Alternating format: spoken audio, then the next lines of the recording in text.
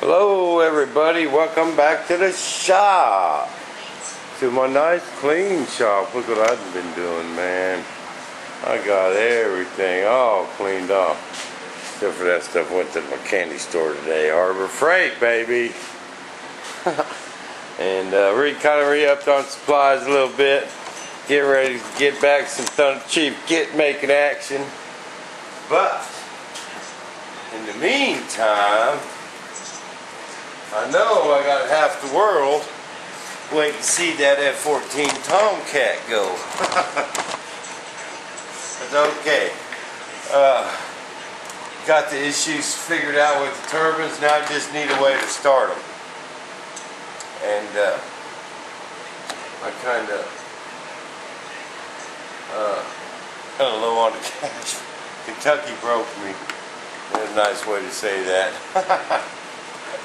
No, I got to either get another starter motor, or but then listen to this. Alright, you guys listen, pay attention.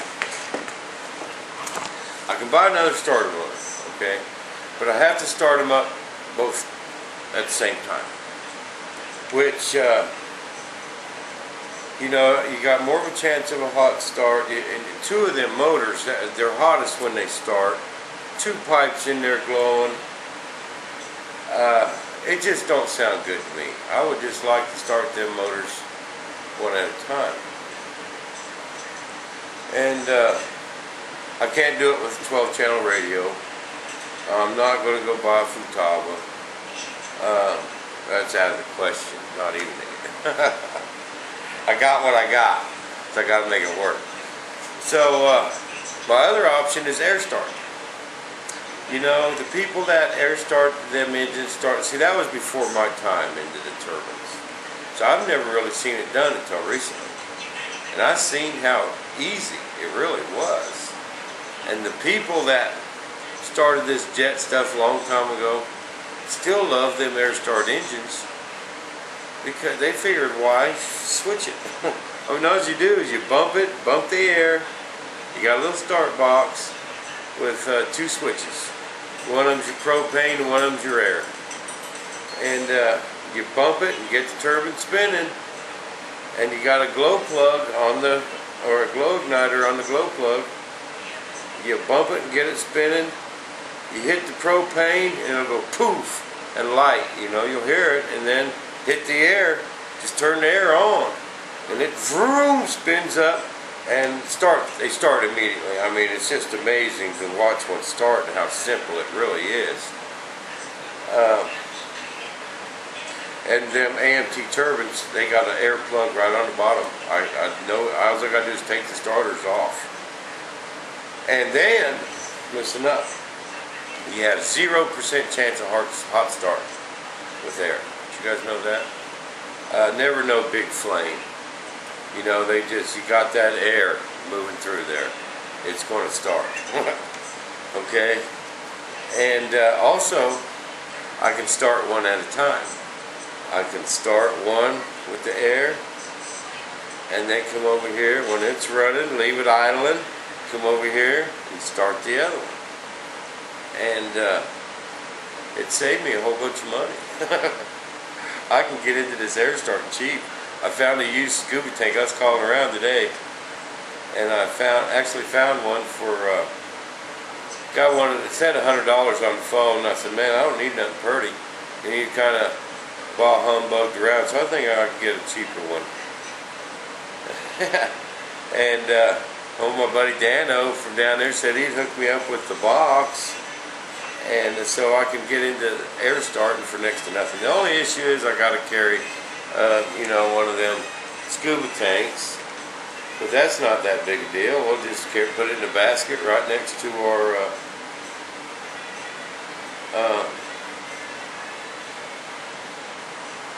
fire extinguisher, and you can hook it up to cool them down too, but put it in a cool down mode. But Tom Cook, he just shuts his motors off. He says, that thing turning really don't help a lot. It might hit 100 degrees a couple minutes quicker, but that heat's just got to resonate that through that turbine and dissipate, no matter what. Just that wheel coming on every now and then. Don't do a whole lot. He don't even put a fan in his. He just shuts them off when they cool down. So, but that's that. But what I'm doing here is I'm taking, I probably should have did this to begin with. See them small brass tubings? I'm putting great big brass tubings in there. Okay? Now I should have known this. Anytime you got 3 tanks and they're drawing fuel through each other, you got to go with the big line. Okay? What it was doing, it wasn't doing it bad. I probably could have got away with it, but since I took it down this far, I went ahead and I'm fixing it. But it wasn't doing it with the turbines running. But when I had my vent hooked up, my tank, my auxiliary tank, it was kind of collapsing my air traps, my my UATs, them little plastic tanks. It was kind of collapsing them on the vents, just when I was hooking up to the others. But replacing this big airline will assure me that that UAT will not collapse, even if I'm flying that Tomcat around full throttle. What's that? That ain't gonna happen. The motors are beasts, man.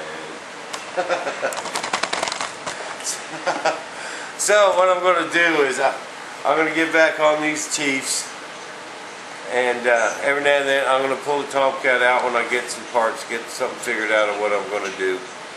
But I'm gonna redo my airlines in it and make it look even better. And I can do that in a day. I got a good plan where to run them. I want to run them a different way and get them off the top of these tanks going across. Then you won't even see them. You'll never see any airlines in there. I got them all tucked away. It's going to be awesome. But basically, I wanted to show you guys how to do this, and now I'm talking away and about burned up all my time. We got 3 minutes left. Okay, I guess I'll make 2 videos tonight. Now I'm getting back into the work and I had to get some honeydews around the house done, man, and kind of needed to pick up some supplies before I could even get started. And with my kits again, and so the wife's air conditioner went out in her car, man. It's like 110 out. You want to see a grizzly bear walking in that door when she got off work? Whoo! Like a pissed off grizzly bear, man. So, whoa, baby, whoa, take my truck, man. So I've been kind of stranded here, because I wanted to drive her car.